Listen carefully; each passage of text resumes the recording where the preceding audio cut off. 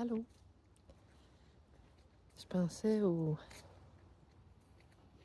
à la lettre I, on va dire ça comme ça, ou au concept qui représente, puis l'influx ionique et compagnie, là. L'influx ionique, l'infusion d'esprit dans la matière, les courants d'énergie, dans le fond.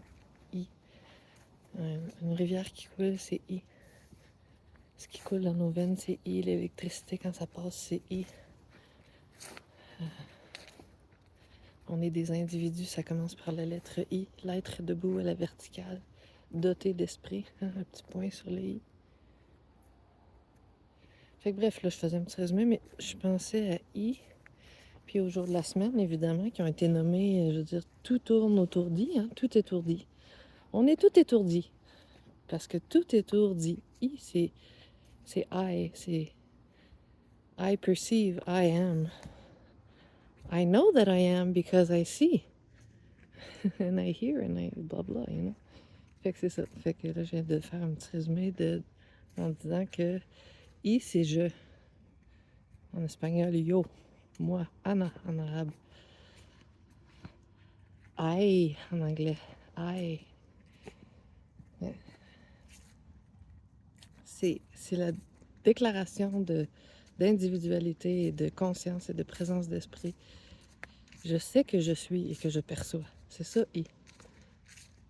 C'est le fait d'être en vie, c'est qu'il y a de la vie et de l'esprit. Il y a un influx énergique qui passe là-dedans. Fait qu'il y a I. Le lit des rivières, c'est I qui passe dedans. I passe toujours par l'eau. I-O. I-O, c'est un concept. Puis, les lettres et l'art, les œuvres d'art, souvent représentent les mêmes choses que les lettres, les mêmes concepts. Fait que mettons, l'influx ionique passe par l'anneau. Tu mets un I puis un O. Le I entre dans le O. Il y a aussi les symboles style grec, là. Iona, puis le fameux pilier grec qui passe à travers un anneau ou qui sort d'un anneau. Parce que l'homme de l'anneau naquit. Tout naît de l'eau. Lance d'eau. La phase de vie qui est eau. Il y a de l'eau dans tout. Dans l'air, dans la terre, dans tout ce qui vit. Parce que tout ce qui vit doit vibrer, puis pour vibrer, ça prend de l'eau. Il y a absolument de l'eau dans le game. Il y a peut-être d'autres éléments qui vibrent, mais sont comme sont comme une eau en tant que telle. Si on les prend à l'échelle des échelles, là, avec beaucoup de recul, sans nécessairement regarder les choses à l'échelle humaine. Mettons, on peut avoir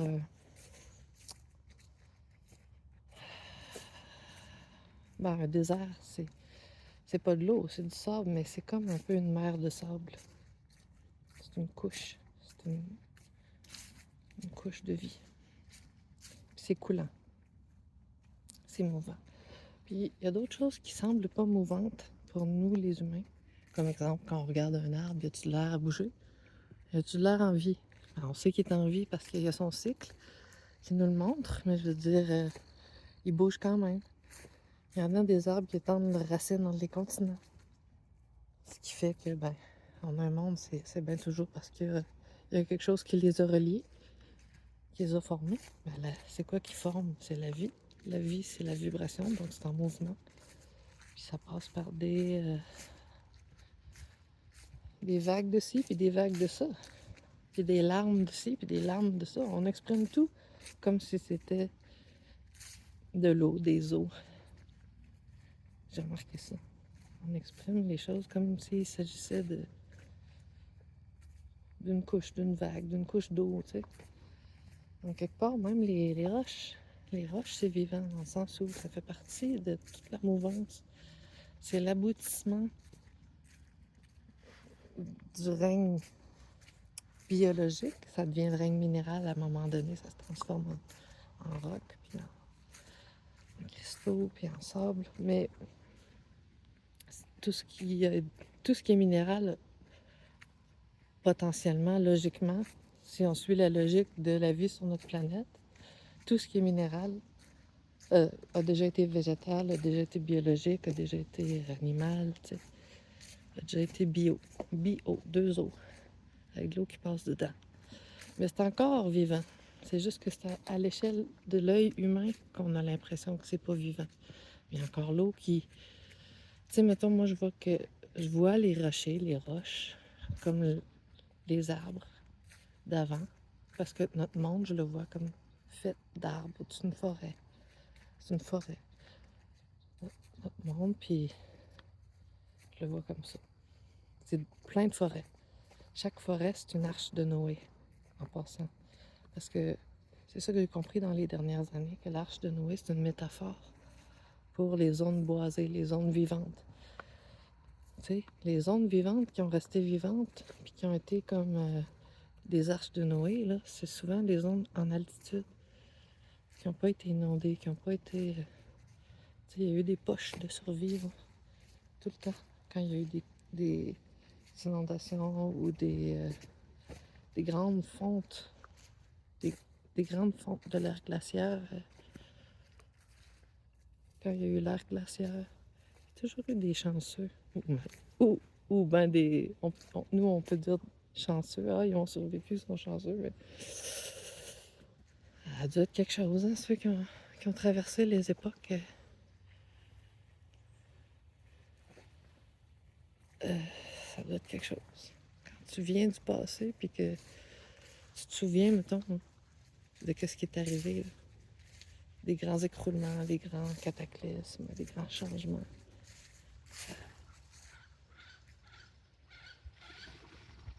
Ça doit être spécial. Ça doit être très utile en même temps. On apprend de nos erreurs, pareil. Il y en a qui prennent ça comme des ruses à réutiliser. On aime ça répéter nos erreurs des fois aussi. Il faut faire attention aux grands sages qui viennent du fond des âges. C'est pourquoi ils sont encore là, tu sais. Ça vaut la peine qu'on ait assez de présence d'esprit pour analyser par nous-mêmes, avec notre libre arbitre,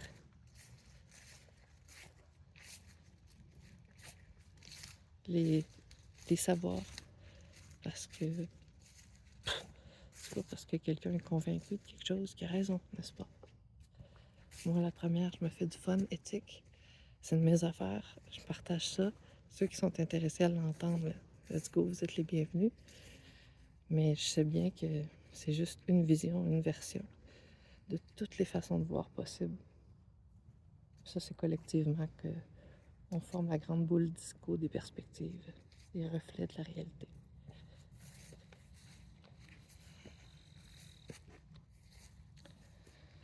On n'est pas ici juste pour refléter la réalité, on est ici pour expérimenter de l'intérieur avec conscience. Et pour ceux qu'on a la présence d'esprit, comme tout le reste, on a l'occasion de ressentir la chose. Le processus d'être en vie pendant un voyage qui dure plus ou moins 80 ans. Le tour du monde en 80 ans.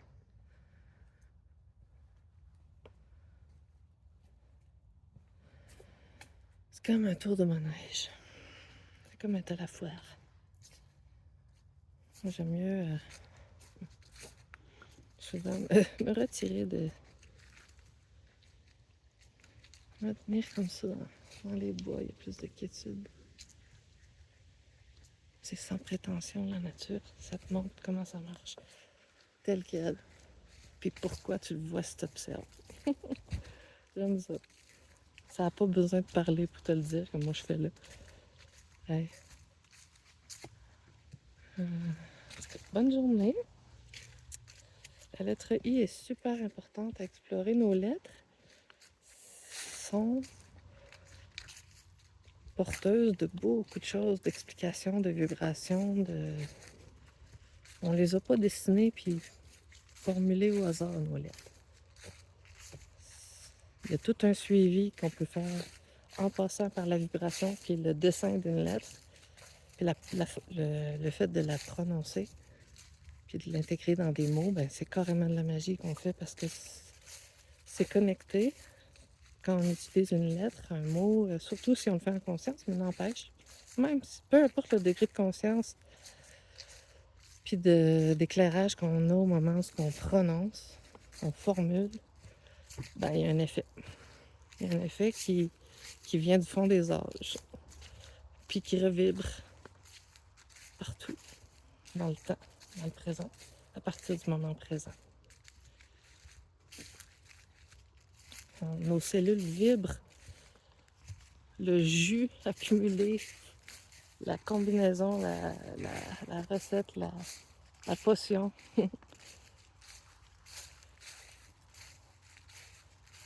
Le thé, on est comme un verre d'eau.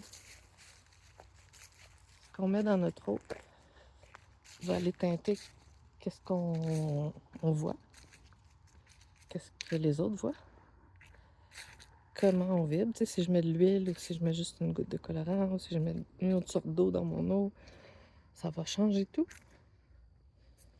Mais on a la chance d'être comme un peu un verre d'eau neutre parce qu'on a un genre d'équilibre qui se fait entre nos fluides plus acides, nos fluides plus salés. On a du neutre. On est comme la pile. On est comme l'entre-deux mondes. L'humain est un entre-deux. Comme les arbres. On est entre la terre et les airs. On est composé des deux. Il y a de l'esprit, puis il y a de la matière en nous. Il y a de la planète Terre, puis il y a de la fée des étoiles. En chaque personne, en tout ce qui vit, puis qui se tient debout ici, en conscience. Mais on est toujours entre deux, que ce soit ces deux plans-là, celui-là puis celui-là, ou deux autres plans, je veux dire, ça dépend de ce qu'on se positionne.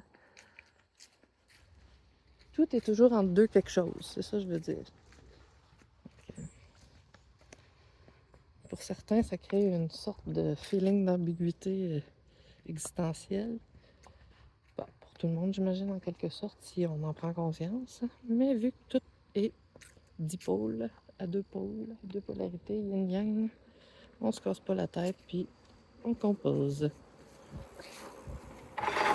Yeah!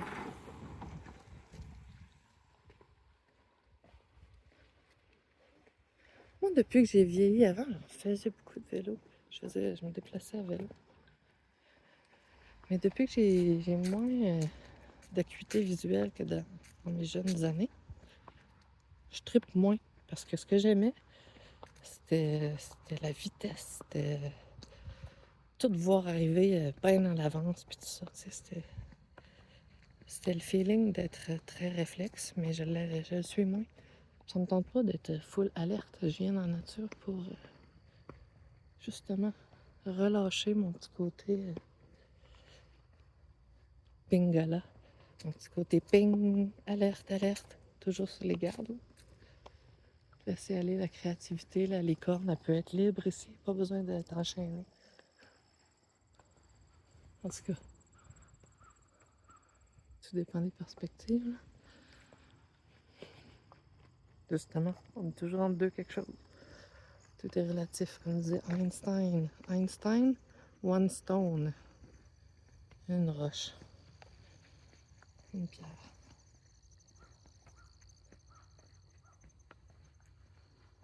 Soleil central. One stone. C'est toujours ça. Oser sortir notre licorne, puis l'intégrer à notre vision par Dieu. Même si Thomas ne croit pas à ce que les dieux ne voient pas, on a tout ça. On a tout le même équipement. Un soleil central puis deux yeux. Après, si on se fie uniquement à nos deux yeux, mais on a une vision horizontale, un peu plate. Faut se l'admettre. Puis là, ben, ça se peut qu'on ait l'impression que la Terre est plate dans ce temps-là. Mais si on intègre notre troisième œil, notre licorne, notre œil de licorne, notre œil d'enfant, qu'on accepte d'intégrer ça, combiner ça à notre vision par Dieu, par deux yeux, là, notre vision, là, de Thomas, là, Elle n'est pas menacée, elle part pas. Elle est encore là. Sauf que tout à coup, ce qui arrive, c'est que là, on a de la perspective élevée et très profonde disponible pour aller avec chacune de nos observations. Fait que ça change beaucoup de choses. Mais l'envers de la médaille, c'est que toute la clientèle, on va le dire de même humaine, qui est pas rendue à... qui est dans une période de sa vie ou de ses croyances, qui n'intègre pas le troisième œil. On n'est pas obligé de toujours parler de troisième œil. C'est juste des facultés que tout le monde a. Un peu de télépathie, un peu de ci, un peu de ça. Ça se fait tout seul. Mais si on accepte d'admettre que ça se fait tout le temps, anyway, que c'est là, puis qu'on en tient compte, ben là, on enrichit notre perspective. On amène de la hauteur à nos idées, puis de la profondeur aussi. La profondeur du cœur. Parce que ça, c'est le canal directement connecté à notre source, puis à notre cœur. Le soleil central. C'est pas quand même utile d'intégrer ça à notre vision par Dieu, parce que sinon, notre vision par Dieu, elle fait beaucoup de guerre, parce qu'elle comprend pas tout. Fait que c'est pour ça, moi, que je trouve que c'est pour ça que je me donne la peine d'en jaser. Parce que tout ce qui se passe sur notre planète, sur des bases de supposée compréhension historique, on s'aperçoit qu'il y a de la guerre, qu'ils n'ont rien compris. Fait qu'il leur manque cette dimension-là dans leur démarche d'action. Puis ben nous autres, quand on s'en rend compte, puis quand on ose s'en servir de notre licorne et tout ça, pour se réapproprier les savoirs qui sont à notre portée, qui sont pas vraiment perdus, c'est juste qu'on les a perdus de vue. Et là, on aborde les choses différemment. Tout à coup, on n'a plus besoin de faire de génocide parce que là, on comprend des choses. Mais ceux qui sont dedans, ben, ça se peut qu'ils se sentent pas de même parce qu'ils sont nés dans les compréhensions erronées puis les blessures qui viennent avec. On peut juste évoluer soi-même dans nos compréhensions puis inspirer. Fait que let's go, bonne journée.